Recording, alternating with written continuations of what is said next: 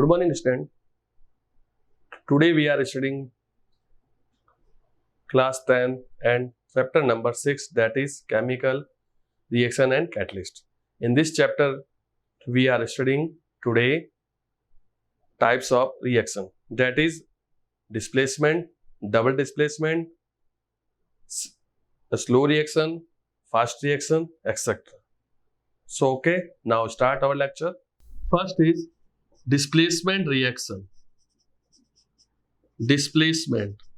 In this reaction we can say displacing, yeah, otherwise we can say replacing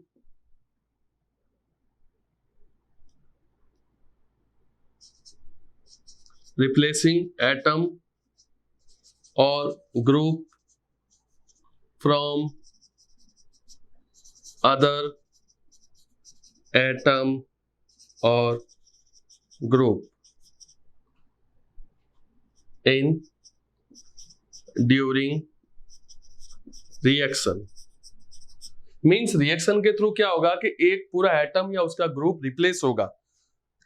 replace कौन करेगा? जो second, जो दूसरा जो वहां पे रिएक्टेंट है वो रिएक्टेंट. यानी कि यहां पर क्या होता है, सपोज ये ए और बी यहां पर एक कंपाउंड के फॉर्म में, इसके पास ये सी नाम का जो ये क्या कर देगा, यहां पर इसके अंदर इंटरफेयर करके इसमें से क्या करेगा, ए सी के फॉर्म में फॉर्म्ड हो जाएगा और बी को क्या कर देगा, रिप्लेस कर देगा.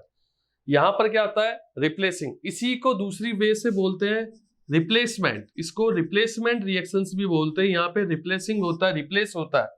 रिप्लेस यहाँ पे कौन हुआ, यहाँ पर जो बी है वो रिप्लेस हो गया किसके थ्रू, सी के थ्रू. तो ये होता है रिप्लेसमेंट. यहां पर क्या होगा, एक एटम या उसका ग्रुप क्या करेगा, दूसरे एटम या उसके ग्रुप को रिप्लेस कर देगा. इसको एक सेकंड वे से ऐसे भी कह सकते हैं. इसका सेकंड मीनिंग क्या है, मींस रिप्लेसमेंट ऑफ, इसका सेकंड मीनिंग क्या निकलता है, replacement of low reactive metal from high reactive metal from its salt. Salt कह दीजिए, कंपाउंड कह दीजिए. उसके कंपाउंड या सॉल्ट में से क्या होगा, हाई रिएक्टिव मेटल लो रिएक्टिव मेटल को क्या करेगी, रिप्लेस करेगी. और रिप्लेस करेगी किसके बेस पर, तो एक रिएक्टिविटी सीरीज होती है, रिएक्टिविटी सीरीज के अकॉर्डिंग. इस रिएक्टिविटी सीरीज के अंदर जो मेटल सबसे टॉप मोस्ट पे है वो अपने से बाद में आने वाली सारी मेटल को क्या कर सकती है, रिप्लेस कर सकती है. तो एक हमारे पास एक पूरी सीरीज है, ये एक पूरी सीक्वेंस है. इस सीक्वेंस में सबसे ऊपर आपके मेटल कौन सी है, पोटेशियम है. तो वो सबसे ज्यादा, एक सेकंड यहां मैं थोड़ा सा मिस्टेक कर दिया. ये देखिए, ये पूरा इसका सिस्टम है. सबसे ऊपर कौन सी मेटल है, पोटेशियम. सबसे लास्ट में है आपके गोल्ड. और ये पूरी रिएक्टिविटी सीरीज है. इस रिएक्टिविटी सीरीज में सबसे टॉप मोस्ट पे कौन है, पोटेशियम है. तो पोटेशियम यहाँ पे क्या है, सबसे ज्यादा super most high reactive metal है. तो ये हाई रिएक्टिव मेटल अपने से नीचे आने वाले किसी भी मेटल को क्या कर सकती है, डिस्प्लेस कर सकती है उसके सॉल्यूशन में से. अब एग्जाम्पल की ओर बढ़ते हैं. एग्जाम्पल से और ज्यादा क्लियर होगा ये क्या चीज है. देखिए इसके एग्जाम्पल्स, ये मैंने 3 एग्जाम्पल दिए. यहां पर क्या होगा, और एक और ले लेते हैं. ये देखिए यहाँ 4 एग्जाम्पल. अब आप इनको करने के लिए, यानी ये रिएक्शंस कैसे फुल होगी और क्या होगा यहाँ पर, इनके लिए आपको थोड़ी सी रिएक्टिविटी सीरीज पता होनी चाहिए.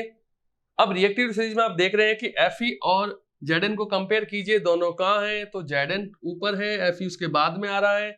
तो Zn क्या कर सकता है, Fe को रिप्लेस करेगा और यहाँ प्रोडक्ट बनेगा ZnSO4 प्लस आयरन. यहां पर भी वही बात है, ये कॉपर यहाँ है जबकि आयरन यहाँ है. तो आयरन टॉप मोस्ट पे है, तो यहां पर क्या होगा, FeSO4 plus CO. As well as यहां पर तो आपको दिख ही रहा है, ये यहां बैठा और ये यहाँ बहुत सारा गैप है. तो इजीली ये क्या कर देगा, इसको डिस्प्लेस कर देगा. तो पोटेशियम नाइट्रेट बनेगा प्लस सिल्वर यहाँ पे बार होगी. ये रिएक्शन आप देखिए, क्या ये पॉसिबल हो सकती है या नहीं हो सकती है. यहां पर Zn है, यहां पर Zn को उसके सॉल्ट में से जनरली क्या करेगा, जो इंडिविजुअल मेटल है वो अदर मेटल को उसके सॉल्ट में से, उसके कंपाउंड में से रिप्लेस करेगी. उसका जो पूरा ग्रुप है, उसके पूरे ग्रुप में से, उसके पूरे कंपाउंड में से, उसके पूरे सॉल्ट में से, उसकी फैमिली में से उसको क्या करना, बाहर करना. तो बाहर करने के लिए क्या है कि हाई रिएक्टिविटी होनी चाहिए, लेकिन यहां रिएक्शन होगी नहीं। क्यों नहीं होगी? क्योंकि कॉपर क्या है, copper can not replace Zn, copper can not replace Zn because copper is low reactive as to Zn। Copper generally क्या है, Zn की जिंक के कंपैरिजन में लो रिएक्टिव है, and no any low reactive metal can replace any high reactive metal. कोई भी जो low reactive metal है, low reactive metal can not replace high reactive metal from its compound. High reactive metal को replace नहीं कर सकती, high reactive metal तो करेगी, उसका नेचर है, बट जो वीक है वो अपने से बड़े वाले को, अपने से पावरफुल स्ट्रॉन्ग वाले को रिप्लेस नहीं कर सकता, हरा नहीं सकता। ठीक है ना? तो ऐसे ही कुछ यहां पर है। तो ये हमने समझा, सिंगल डिस्प्लेसमेंट भी कहते हैं इसी रिएक्शंस को, और इसे कहते हैं डिस्प्लेसमेंट। अब सेकंड हमारे पास जो है, हम उसको बोलेंगे double displacement. Okay, second is double displacement. तो क्या होता है डबल डिस्प्लेसमेंट में? In this reaction displacement of more than one metal, एक से ज्यादा मेटल का पहली बात तो डिस्प्लेसमेंट होता है। दूसरे वे से कह सकते हैं in a reaction exchange of ions, ion का एक्सचेंज होता है, और इस रिएक्शन के अंदर इसकी कुछ डबल डिस्प्लेसमेंट रिएक्शन के अंदर क्या बनता है, प्रेसिपिटेट भी बनता है। प्रेसिपिटेट शॉर्ट फॉर्म में कहें तो पीपीटी फॉर्म्ड होती है, पीपीटी यानी प्रेसिपिटेट फॉर्म होता है। तो ये कुछ इसके बारे में हमारे पास कुछ पॉइंट्स थे। अब हम इनको लेते हैं और इनके बारे में और बातें करते हैं। तो देखिए, डबल डिस्प्लेसमेंट रिएक्शन में आयन का एक्सचेंज होता है। ये एक रिएक्शन, ये एक रिएक्शन। इन रिएक्शंस के अंदर आप क्या देख रहे हैं, जैसे यहाँ पे Ag के ऊपर प्लस, ये Cl, ये प्लस, ये माइनस। तो यहाँ पर जो इनके आयन्स है, मैं एक आयन को ले लेता हूँ, ये NO3 आयन किसकी जगह के साथ चला गया, K प्लस के साथ। देखिए यहाँ पर Ag के साथ जुड़ गया, एज वेल एज यहाँ पे क्या हुआ, आयन का एक्सचेंज हुआ। ये आयन यहाँ इसके साथ आ गया, वो आयन उसके साथ, तो एक्सचेंज ऑफ आयन्स। दूसरे वे से कहे तो यहाँ पे दो मेटल का डिस्प्लेसमेंट हो रहा है। यहाँ पे एक Na मेटल है, एक ये बेरियम मेटल है, ये दोनों अपनी पोजीशन बदलेगी। Na किसकी जगह डिस्प्लेस हो जाएगा, Ba को, एज वेल एज Ba किसको डिस्प्लेस कर लेगा, Na को। तो यहाँ पे डबल डिस्प्लेसमेंट होता है, मोर देन वन मेटल का डिस्प्लेसमेंट होता है। वहां पर सिंगल डिस्प्लेसमेंट बोलते थे उसे, क्योंकि वहां पे एक मेटल डिस्प्लेस होती थी। यहाँ पे दो मेटल एक साथ इस तरह से डिस्प्लेस होती है, तो इसको बोलते हैं डबल डिस्प्लेसमेंट। और ये मोस्टली जो रिएक्शंस आपको देखने को मिलती है, ये आपको आयोनिक रिएक्शंस में देखने को मिलेगी। जो इनसे जो आयोनिक रिएक्शंस है उनके अंदर ये नेचर होता है। ओके, अब बढ़ते हैं आगे। अब हम लेते हैं स्लो और फास्ट रिएक्शंस को, slow reaction and fast reaction. Firstly हम बात करते हैं slow reaction. Slow reactions means rate of reaction is slow. नाम से ही है, इसकी रेट ऑफ रिएक्शन स्लो होती है। इन सेंस जो इसमें आपको प्रोडक्ट फॉर्म होगा, जो इसमें प्रोडक्ट फॉर्म होगा, उस प्रोडक्ट को बनने में काफी टाइम लग सकता है। Product can be formed in hour, 1 घंटा भी लग सकता है बनने में, प्रोडक्ट को फॉर्म्ड होने में मंथ भी लग सकता है, ईयर भी लग सकता है।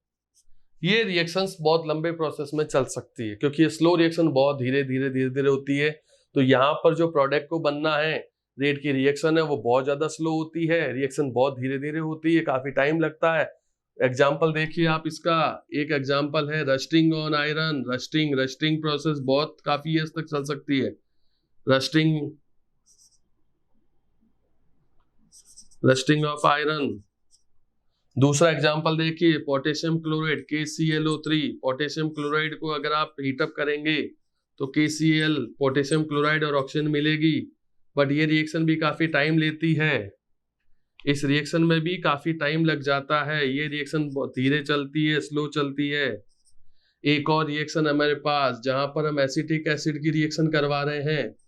Acetic acid react with ethyl alcohol, ये एसिटिक एसिड है, एसिटिक एसिड, ये है इथाइल अल्कोहल। इनका रिएक्शन जब लेंगे तो यहां पर बनता है एस्टर, ये है एस्टर प्लस वाटर। तो ये भी रिएक्शन कैसी है, स्लो रिएक्शन है। ये सारी स्लो रिएक्शन है, इनकी स्पीड बहुत धीमे है, इनके अंदर जो प्रोडक्ट है वो बहुत लेट फॉर्म्ड होता है, काफी टाइम लगता है। तो ये सारे सारे किसके बारे में है, स्लो रिएक्शन की बात की। अब हम लेते हैं फास्ट रिएक्शंस को।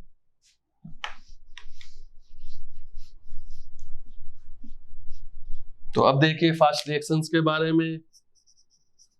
फास्ट रिएक्शन, जो फास्ट रिएक्शन होती है ये जनरली कौन शो करते हैं, ionic compound fast reaction show करते हैं। इसके अलावा जो न्यूट्रलाइजेशन रिएक्शंस है, इसको हम कल वैसे समझेंगे। Neutralisation means reaction of acid and base. Acid और बेस की जो रिएक्शंस है वो रिएक्शंस भी किस टाइप की होती है, वो भी फास्ट रिएक्शन होती है। कैसी रिएक्शंस होती है, फास्ट रिएक्शन होती है, क्योंकि ये रिएक्शन बहुत फास्ट होती है in sense it complete in mini second. Mini second के अंदर भी ये कंप्लीट हो जाती है, 1 सेकेंड से भी कम टाइमिंग में। यानी यहां जो आपको प्रोडक्ट मिलेगा, प्रोडक्ट फॉर्म्ड वेरी फास्ट, वे product formed very quickly, very fast. तो ये इसके बारे में कुछ बातें हैं कि ये फास्ट रिएक्शन नाम से है कि ये रिएक्शन की स्पीड बहुत ज्यादा है, बहुत जल्दी कंपाउंड बन जाएगा, आपको बहुत जल्दी प्रोडक्ट मिल जाएगा। जनरली ये कौन शो करते हैं, जो भी जनरली जितनी भी आयनिक रिएक्शंस है, जितनी भी न्यूट्रलाइजेशन रिएक्शंस है, न्यूट्रलाइजेशन रिएक्शंस का मींस एसिड और बेस की रिएक्शंस, वो सारी सारी कैसी रिएक्शंस होती है, फास्ट होती है। उनके अंदर कंपाउंड क्या होता है, बहुत जल्दी बन जाता है। ये रिएक्शन सेकंड के भी कम टाइमिंग में, मिली सेकंड में 10⁻12 10⁻10 के अंदर ही कंप्लीट हो जाती है। तो इतनी फास्ट ये रिएक्शंस होती है। एग्जाम्पल लेते हैं जो इस बात को और ज्यादा क्लियर कर सके। देखिए एग्जाम्पल, ये आपका बेस, ये आपका एसिड, रिएक्ट होंगे, सॉल्ट बनेगा NaCl प्लस वाटर। बट ये जो रिएक्शन है ये कंप्लीट हो जाती है 10⁻−10 सेकंड के अंदर ही कंप्लीट हो जाती है। इतनी फास्ट रिएक्शन है, 10⁻−10 सेकंड के अंदर ये कंप्लीट ही हो जाएगी। तो ये वास्तव में इसका है T1/2। सॉरी, T1/2 का मतलब हुआ half period, half time period. तो इतने में ये है ना, आधी, केवल इस समय में आधी हो जाएगी, 50% रिएक्शन कंप्लीट हो चुकी होगी। तो जो आपका 50% जो रिएक्टेंट है वो प्रोडक्ट में कन्वर्ट हो चुका होगा। तो ये हमने fast reaction, slow reaction, single displacement and double displacement को आज हमने समझा। आगे के टॉपिक में हम नेक्स्ट को लेंगे। Okay, thank you.